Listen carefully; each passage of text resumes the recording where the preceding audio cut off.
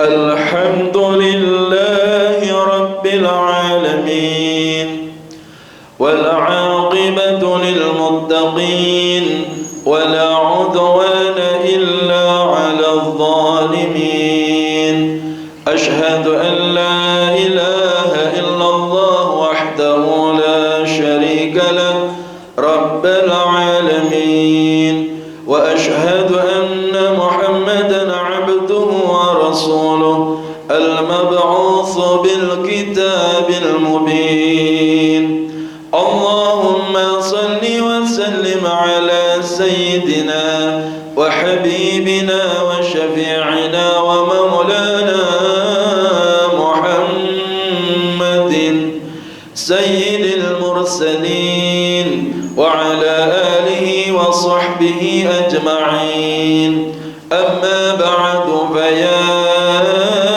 أيها المسلمون أوصيكم وإياي بتقوى الله عز وجل والتمسك بهذا الدين تمسكا قويا فقال الله تعالى في كتابه الكريم يا أيها الذين آمنوا اتقوا الله حق تقاته ولا تموتن إلا وأنتم مسلمون صدق الله العظيم.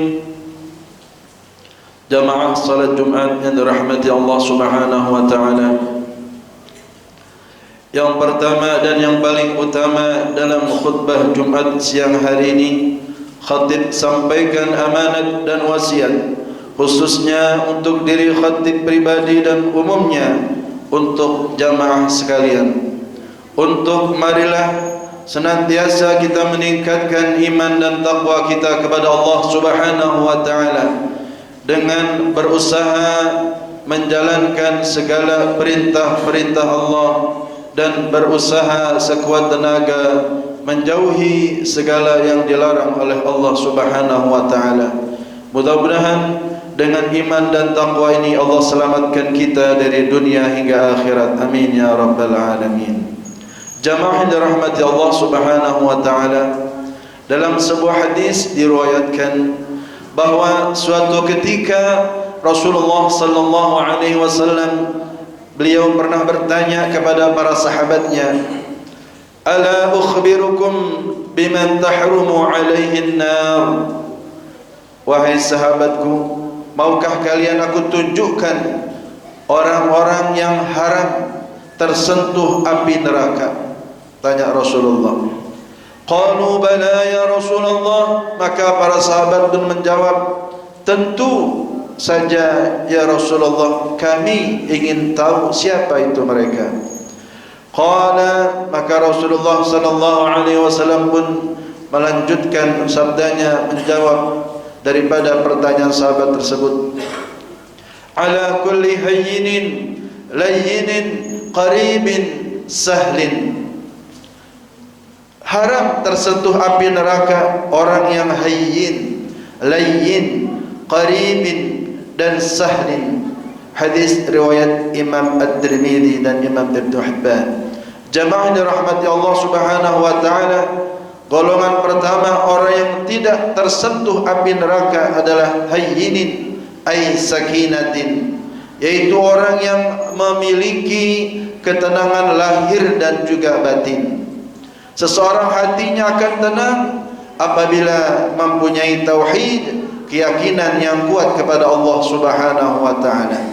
Seseorang akan bingung, bahkan merasa menderita hidupnya ketika tidak memahami apa itu ketentuan-ketentuan Allah Subhanahu wa taala. Ingat bahwa qada dan qadar Allah itu ada yang menyenangkan dan ada yang menyusahkan. Kita bisa susah karena kekurangan finansial, tak mampu membeli makanan yang cukup untuk keluarga, tak mampu membayar tagihan listrik, biaya pendidikan anak, biaya berobat dan lain sebagainya. Hamba Allah yang sudah yakin beriman kepada Allah, termasuk beriman kepada qada dan qadarnya Allah Subhanahu wa taala, pasti bisa menerima segala ketentuan Allah itu dengan hati yang ikhlas dan penuh keridhaan. Tidak ada bedanya ketika dia menerima anugerah atau dikurangi anugerah itu oleh Allah Subhanahu wa taala. Ketika mendapatkan anugerah yang menyenangkan, dia bersyukur, dan ketika mendapatkan takdir yang kurang menyenangkan, tidak sesuai dengan yang diinginkannya, lalu dia bersabar. Karena syukur dan sabarnya itulah yang menyelamatkan dia dari siksa api nerakanya Allah Subhanahu wa taala. Jamaah dirahmati Allah Subhanahu wa taala, golongan kedua, orang yang tidak tersentuh api neraka adalah layyinin, yaitu orang yang lemah lembut, ramah, rendah hati, suka silaturahim, serta ucapan dan perilakunya selalu menyenangkan dan menenteramkan orang lain. Bukan sebaliknya, ucapan dan perilakunya justru menyusahkan, apalagi membuat orang lain menderita. Maka benar dikatakan oleh Rasulullah sallallahu alaihi wasallam dalam hadisnya, laisal mu'min bit-ta'ani walal la'ani walal fahishi walal badhi. Seorang mukmin bukanlah orang yang banyak mencela, bukan orang yang banyak melaknat, bukan pula orang yang keji atau buruk akhlaknya, dan bukan pula orang yang jorok dan kotor omongannya. Hadis riwayat Imam At-Tirmidzi.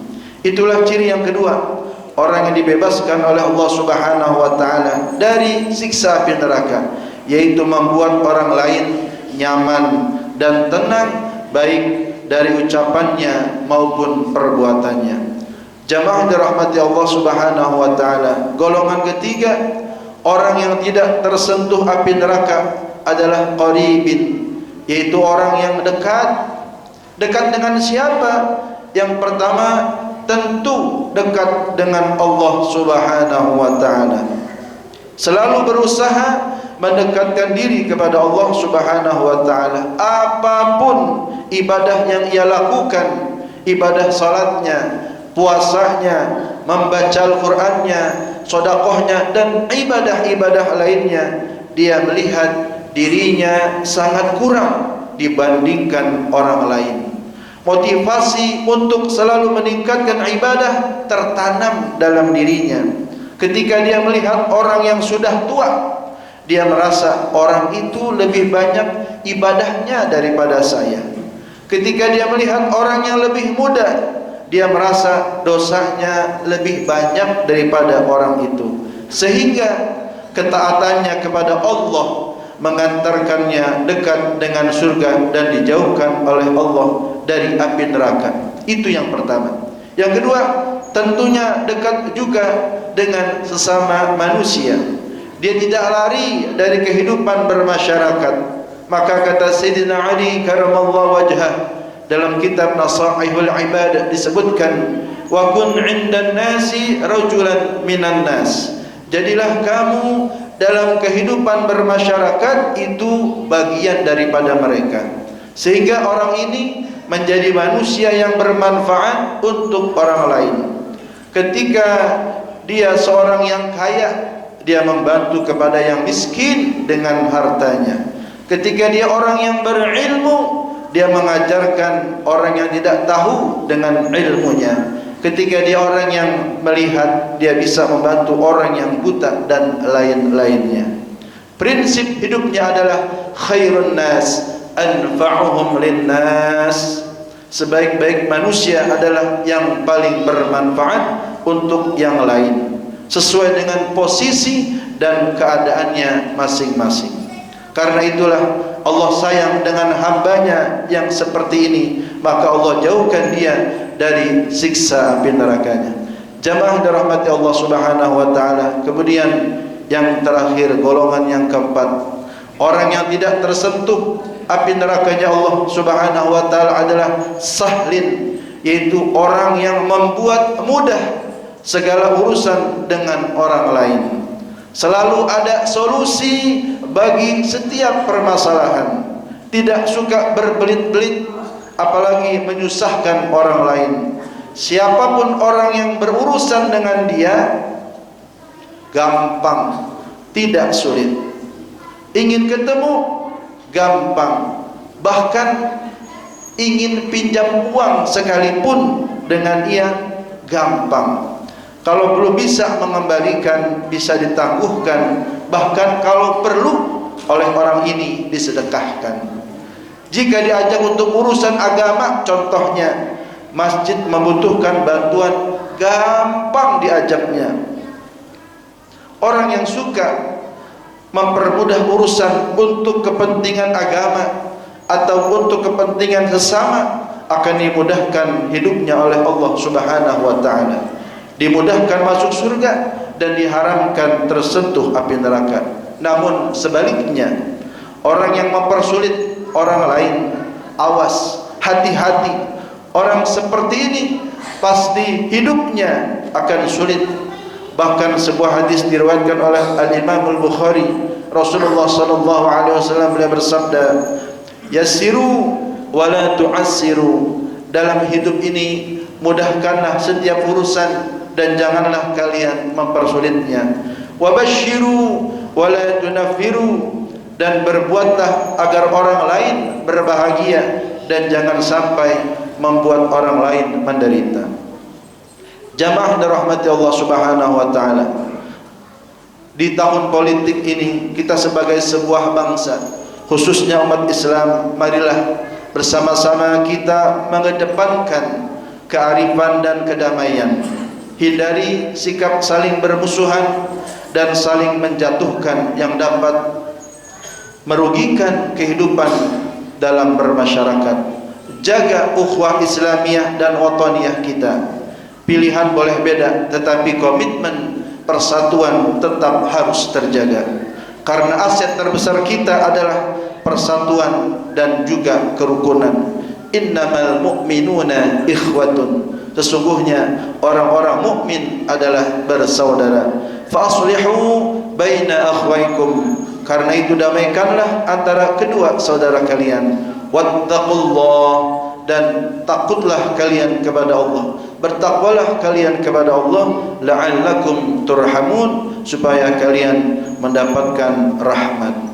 Jamaah dirahmati Allah Subhanahu wa ta'ala, demikian khutbah Jumat pada siang hari ini. Semoga kita semua selalu mendapatkan rahmat dari Allah Subhanahu wa ta'ala, agar menjadi manusia yang mampu memiliki 4 sifat yang tadi telah diajarkan oleh Rasulullah sallallahu alaihi wasallam, sehingga Allah haramkan kita dari api neraka dan kelak Allah Subhanahu wa taala masukkan kita ke dalam surganya. Amin ya rabbal alamin. Barakallahu li wa lakum fil Qur'anil azim, wa nafa'ni wa iyyakum bima fihi minal ayati wa dzikril hakim. أقول قولي هذا وأستغفر الله العظيم لي ولكم ولسائر المسلمين والمسلمات والمؤمنين والمؤمنات فاستغفروه إنه هو الغفور الرحيم. اللهم صل على سيدنا محمد وعلى آل سيدنا محمد.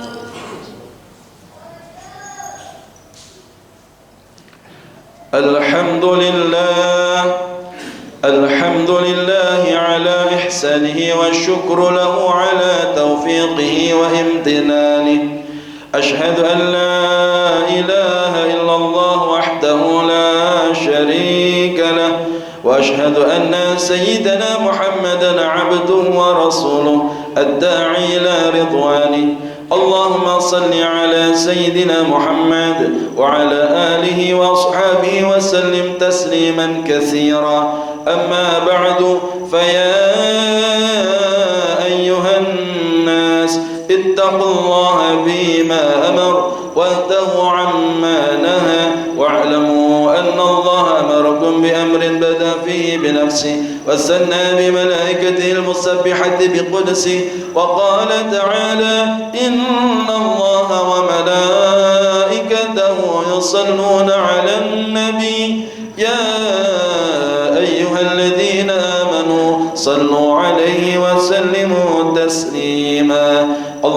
صل على سيدنا محمد وعلى آل سيدنا محمد وارض اللهم عن الخلفاء الراشدين سادتنا أبي بكر وعمر وعثمان وعلي وعن بقية الصحابة والتابعين وتابع التابعين لهم بإحسان إلى يوم الدين وارض عنا معهم برحمتك يا أرحم الراحمين. اللهم اغفر للمؤمنين والمؤمنات والمسلمين والمسلمات الأحياء منهم والأموات. اللهم أعز الإسلام والمسلمين وأذل الشرك والمشركين وانصر من نصر الدين واخذل من خذل المسلمين ودمر أعداءك أعداء الدين وعلي كلماتك إلى يوم الدين. اللهم ادفع عنا البلاء والوباء والمحن والسوء الفتنة والمحن ما ظهر منها وما بطن عن بلدنا إندونيسيا خاصة وسائر البلدان المسلمين عامة يا رب العالمين. ربنا آتنا في الدنيا حسنة وفي الآخرة حسنة وقنا عذاب النار. عباد الله إن الله يأمرنا بالعدل والإحسان وإيتاء ذي القربى وينهى عن الفحشاء والمنكر والبغي يعظكم لعلكم تذكرون. فاذكروا الله العظيم يذكركم واشكروه على نعمه يزدكم واسألوه من فضله يعطيكم ولذكر الله أكبر. الله